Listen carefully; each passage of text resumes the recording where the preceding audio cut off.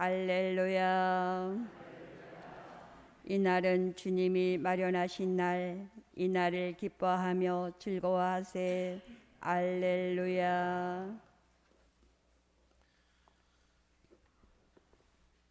주님께서 여러분과 함께 또한 사제의 영과 함께 요한이 전한 거룩한 복음입니다. 주님 영광 받으소서. 그때 예수님께서는 티베리아스 호숫가에서 다시 제자들에게 당신 자신을 드러내셨는데 이렇게 드러내셨다.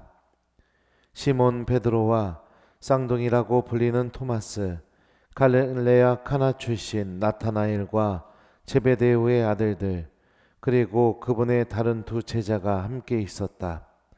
시몬 베드로가 그들에게 나는 고기 잡으러 가네 하고 말하자 그들이 우리도 함께 가겠소 하였다. 그들이 밖으로 나가 배를 탔지만 그날 밤에는 아무것도 잡지 못하였다. 어느덧 아침이 될 무렵 예수님께서 물가에 서 계셨다. 그러나 제자들은 그분이 예수님이신 줄을 알지 못하였다. 예수님께서 그들에게 얘들아 무얼 좀 잡았느냐 하시자 그들이 대답하였다. 못 잡았습니다. 예수님께서 그들에게 이르셨다. 그물을 배 오른쪽에 던져라. 그러면 고기가 잡힐 것이다. 그래서 제자들이 그물을 던졌더니 고기가 너무 많이 걸려 그물을 끌어올릴 수가 없었다. 예수님께서 사랑하신 그 제자가 베드로에게 주님이십니다 하고 말하였다. 주님이시라는 말을 듣자 옷을 벗고 있던 베드로는 겉옷을 두르고 호수로 뛰어들었다. 다른 제자들은 그 작은 배로 고기가 든 그물을 끌고 왔다. 그들은 못에서 100m쯤 밖에 떨어져 있지 않았던 것이다. 그들이 못에 내려서 보니 숯불이 있고 그 위에 물고기가 놓여 있고 빵도 있었다. 예수님께서 그들에게 말씀하셨다. 방금 잡은 고기를 몇 마리 가져오너라.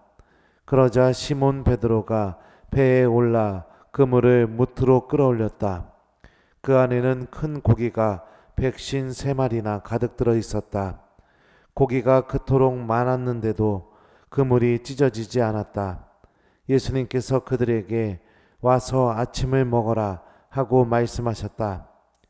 제자들 가운데에는 누구십니까? 하고 감히 묻는 사람이 없었다. 그분이 주님이시라는 것을 알고 있었기 때문이다. 예수님께서는 다가가셔서 빵을 들어 그들에게 주시고 고기도 그렇게 주셨다. 이렇게 예수님께서는 죽은 이들 가운데에서 되살아나신 뒤에 세 번째로 제자들에게 나타나셨다. 주님의 말씀입니다. 그리스도님 찬미합니다.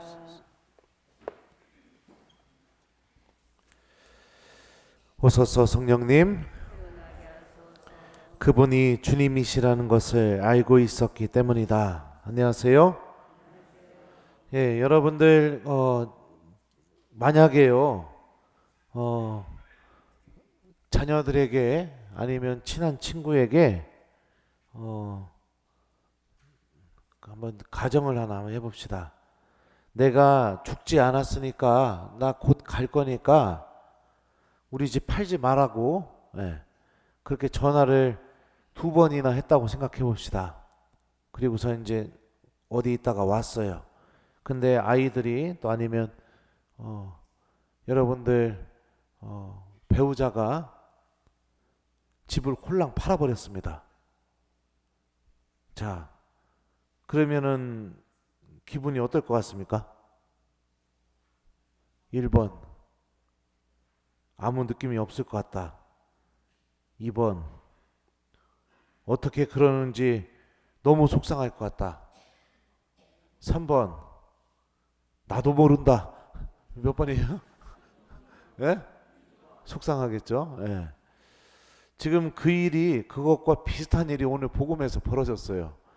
오늘 복음 마지막 부분을 보시면 여러분들 14절 맨 마지막 부분 보세요. 자, 예수님이 제자들에게 이미 몇 번이나 나타났다고 하셨죠? 세 번째로 나타난 게 오늘 복음 장면이에요. 그러면은 제자들은 부활하신 예수님 몇 번이나 봤죠? 네? 두 번이나 이미 봤죠. 그죠? 네. 부활하신 예수님이 부활하셨다는 것을 두 번이나 이미 제자들은 봤어요. 만났어요. 그랬는데도 오늘 복음에서 제자들이 한 행동이 뭐냐면은 물고기를 잡으러 갑니다.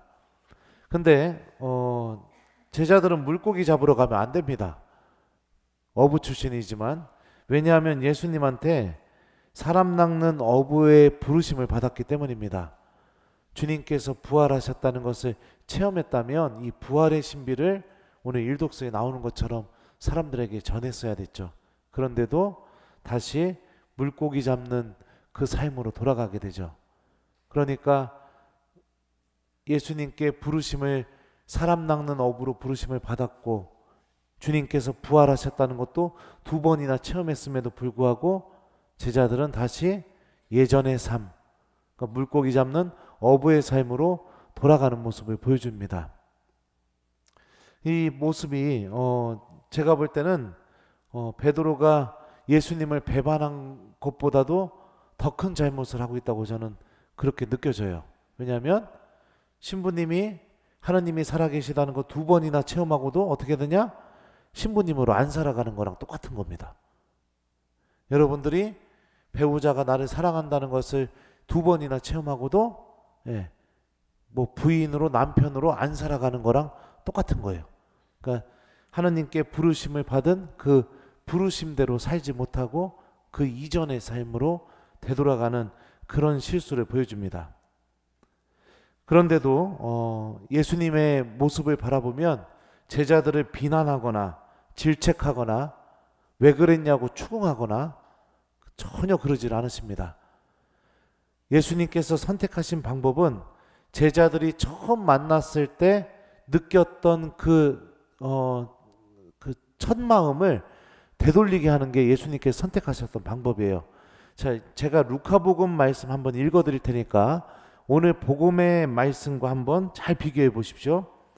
예수님께서 말씀을 마치시고 나서 시몬에게 이르셨다. 깊은 데로 저어 나가가서 그물을 내려 고기를 잡아라. 시몬이 스승님, 저희가 밤새도록 애를 썼지만 한 마리도 잡지 못하였습니다. 그러나 스승님의 말씀대로 제가 그물을 내리겠습니다 하고 대답하였다. 그러자 그들은 그물이 찢어질 만큼 매우 많은 물고기를 잡게 되었다. 자, 이 말씀은 베드로와 예수님의 제자들이 처음으로 예수님을 만났을 때 벌어졌던 일입니다. 그리고 이 일이 있은 다음에 예수님이 나를 따라오너라, 내가 너희를 사람 낚는 어부로 만들겠다 이렇게 말하자 제자들은 모든 것을 다 버리고 예수님을 따라가게 됩니다.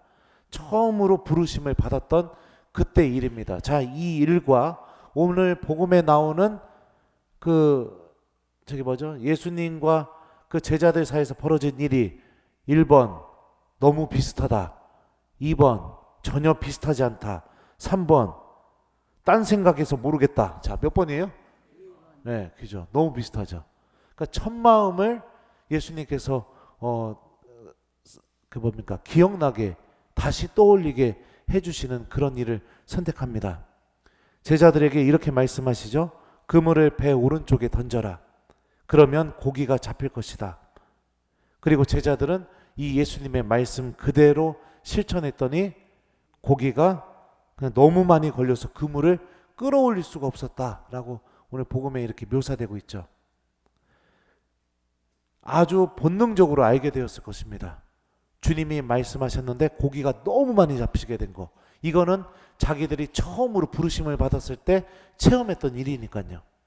그리고 나서 예수님께서 사랑하신 제자가 처음으로 예수님을 알아봅니다. 주님이십니다. 이렇게 베드로에게 이야기해 주죠. 주님께서는 우리들을 끝까지 포기하지 않으십니다. 오늘 복음에 나오는 모습을 보면요, 설사 부르심을 받았던 이전의 삶으로 우리들이 되돌아간다 하더라도 어떤 이유가 됐던지 간에 하나님을 믿는데 우리가 실패하고 하느님께 사랑을 드리고 주님을 따라가는데 실패한다 하더라도 예수님은 절대로 우리를 포기하지 않는다는 이 신비가 오늘 복음에서 고백되고 있어요. 그리고 그런 예수님께서는 우리들을 추궁하거나 질책하거나 비난하거나 그러지 않으신다는 거죠. 이거는 부활의 방식이 아닌 겁니다. 그럼 예수님이 어떻게 하시느냐? 다시 당신 말씀으로 우리가 예수님께 믿음을 드렸던 그 첫 마음을 다시 일으켜 주신다. 이게 부활하신 예수님이 우리들의 안에서 하시는 일이라는 거죠. 그러니까 사랑하는 우리 교우 여러분들, 우리가 예수님의 부활을 체험하고도 또 그 부활에 대한 믿음을 갖고 신앙생활을 살아가면서도 앞으로도 그렇죠. 오늘 복음에 나오는 제자들과 비슷한 실수를 하는 날들이 분명히 찾아오게 될 겁니다.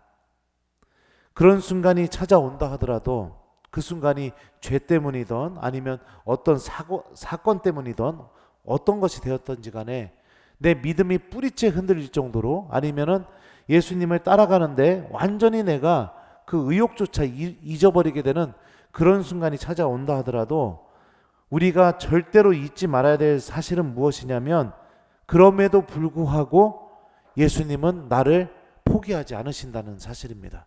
그럼에도 불구하고요. 그리고 반드시 나에게 찾아오시고 제자들에게 빵을 집어서 주시고 고기도 직접 주셨던 것처럼 나를 사랑으로 대해 주시고 또 내가 당신을 알아볼 수 있게 은총으로 분명히 초대해 주고 있다라는 사실을 기억했으면 좋겠어요. 그리고 그 순간이 찾아오게 됐을 때 우리가 이런 예수님의 사랑을 알아볼 수 있는 유일한 방법이 뭐냐? 그물을 배 오른쪽으로 던져라.